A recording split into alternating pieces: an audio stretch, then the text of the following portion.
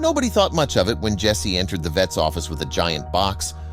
The little girl was probably just bringing her pet to a regular checkup. Jessy walked up to the assistant. She told her that she did not make an appointment, but it was really urgent. When she opened the box, the assistant turned pale. What on earth did Jessy bring to the vet? But before we start our story, smash the like button, make sure to subscribe, and hit the notifications bell so you won't miss any new stories. Jessy was immediately sent to the veterinarian, who had already heard a lot of commotion from the waiting room. Some of the other people already ran away in fear. Jessy did not fear anything. She had found this creature in the forest, and she was determined to save it. The vet opened the box and immediately turned pale. Jessy had no idea why, but the vet ran away. He rushed into another room with the box. Jessy shouted to come back, but the vet would not listen to her. This was urgent. Jessy stayed behind in confusion. She felt like the creature was stolen from her. She knew that it needed help. This was something special that she had found. She had never seen it before in the forest. Then the vet returned. His whole demeanor had changed. He told Jessy that he had locked the creature in a case and that she was safe now. Jessy demanded to see it. After all, she had saved it. The vet said that she could not go to it. It was too dangerous. When Jessy tried to get to the door, the vet blocked her path. He urged her to sit down. The police would arrive soon to see what they could do about the situation. "The police!" Jessy shouted. She felt like she was being treated like a criminal. Suddenly, she heard sirens outside. The vet had locked the room with the creature in it. Jessy felt like more was going on than the vet wanted to tell her. Not only did police officers rush into the vet's office, but their environmental experts were also called in as well. They immediately started asking all kinds of questions to Jessy. However, the girl was just 12 years old. They could not keep her.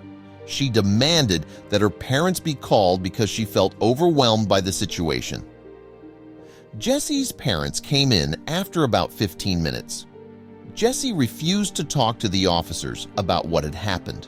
In the meantime, people in hazmat suits started to walk in and out of the room with the creature in it.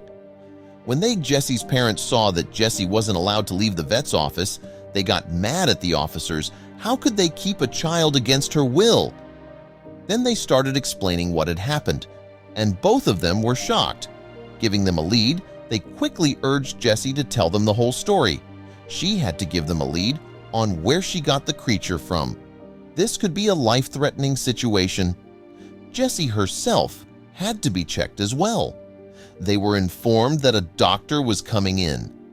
Jessy was still determined to protect the creature, but then they heard shouting. The creature had broken out of its cage. They had barricaded the door. It was like the creature tried to get outside, but they could not let that happen. Jessy said that she has been an animal lover for as long as she can remember. Today wouldn't be the first time she was on a rescue mission for an animal in need. She loved nature and would often walk through the woods, and like so many other times, today was a day she'd be a helper to an animal in need. Jessy thought he'd seen it all. After all, she'd rescued dozens of animals, from birds to rodents, lost dogs and cats, and something resembling a wild boar. She didn't like to be called a hero, but deep down it felt good to help these animals. After all, they were so cute and lovable. How could she refuse to help an animal in need? Her parents confirmed to the police that she had indeed rescued multiple animals in the past, and that she was a young volunteer for the local animal shelter. But today, there was something else that she found in the forest. While on one of Jessy's walks through the woods outside of the city, she was sure he heard an animal crying for help. She paused in the woods, waiting to hear it again. It was only a few seconds until she heard the cry again. It was faint, but it was definitely a sound she had never heard before in her life. Jessy was determined to find the lost creature. Listening to the cries and taking careful, soft steps, she made his way through the forest. She thought she'd lost the animal at one point when the crying stopped. Frightened she'd gone too far, Jessy took a few steps back until she once again heard the soft crying. It was then that he spotted the enormous thing. There was a small bed of moss lying on top of it. She was in shock at first. She had no clue what she found. Even with her extensive knowledge of animals, this creature was new to her. Jessy spent a few minutes looking over the giant creature, trying to see if it had any wounds of any kind. The creature seemed fine except for being alone and probably scared. But what could it be? The more she looked at it, Jessy wasn't sure, and that wasn't the only odd thing here. The little moss bed that held this giant creature was strange and looked odd to Jessy. This wasn't something very likely to be found in nature. Perhaps some animal had built it as a sort of nest? But still, an animal would be messier. This left one very confusing and possibly terrifying conclusion. If it hadn't been an animal and it wasn't natural, that left one possibility: humans.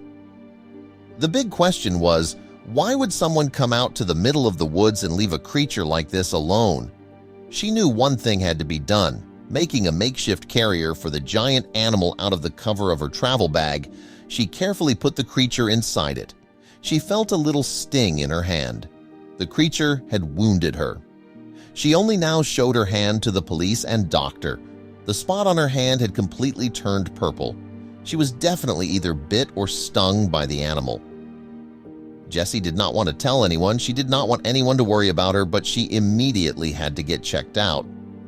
Jessy still had to continue her story before she wanted to be taken away.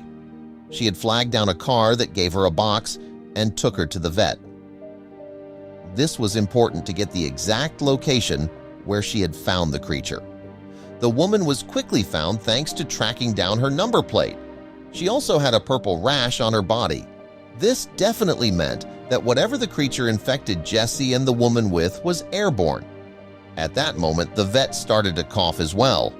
There was something strange going on. The creature probably made the vet sick as well. They had to quickly get to the place where the creature was found. This would get some answers. A team was dispatched to the forest while Jessy, the vet, and the woman were taken to the hospital for treatment. Blood samples were needed to determine the next steps. Jessy fainted in the ambulance and her parents were placed in a containment unit due to the risk of spreading the infection. The search team reached the forest and was horrified to find that the area around where Jessy found the creature was completely dead.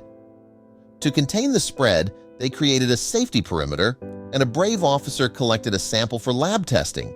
Meanwhile, Jessy's condition worsened, prompting an urgent escort for the sample. At the lab, researchers worked quickly to analyze the sample, but the creature, still locked in the vet's spare room, posed a significant threat.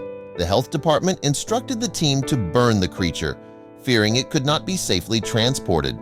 Samples had already been collected for further study. Researchers discovered the creature likely originated from another country. Files were sent internationally, and soon another health department confirmed it was linked to a similar outbreak. They advised burning everything that had come into contact with the creature to prevent further spread.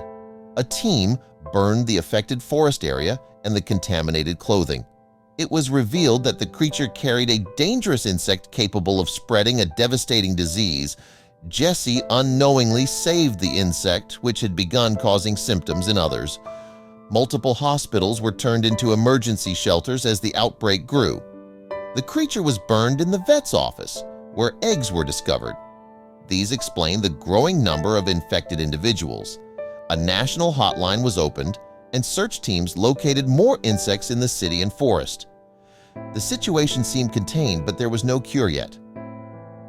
Fortunately, Jessy's parents were found to be immune and their antibodies were reproduced and injected into Jessy. Within hours, she woke up healthy again. Overwhelmed with guilt, she apologized for causing the situation, but doctors reassured her she had saved countless lives by containing the creature early.